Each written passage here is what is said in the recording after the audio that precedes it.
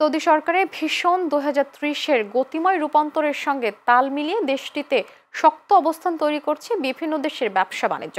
সেই অগ্রযাত্রায় পিছিয়ে নেই বাংলাদেশেরাও। প্রতিনিধি এম মেহেদুল খান জানান, এরই ধারাবাহিকতায় সৌদি আরবের রিয়াদে সুয়াইদি এলাকায় চাঁদপুর সুপার মার্কেটে যাত্রা শুরু হয়েছে।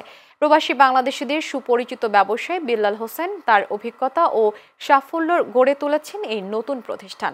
এর আগে তার প্রতিষ্ঠিত একাধিক রেস্টুরেন্ট ইতিমধ্যেই প্রবাসীদের মধ্যে বিশেষ সুনাম অর্জন করেছে। সম্প্রতি চাঁদপুর সুপার মার্কেটের কর্ণধার বিল্লাল হোসেনের সভাপতিত্বে ফিতা কেটে নতুন এই ব্যবসা প্রতিষ্ঠানের আনুষ্ঠানিক উদ্বোধন করেন সৌদি আরব বাংলাদেশ প্রবাসী সাংবাদিক ফোরামের প্রতিষ্ঠাতা ও সভাপতি এনটিভি সৌদি আরব প্রতিনিধি ফারুক আহমেদ চান।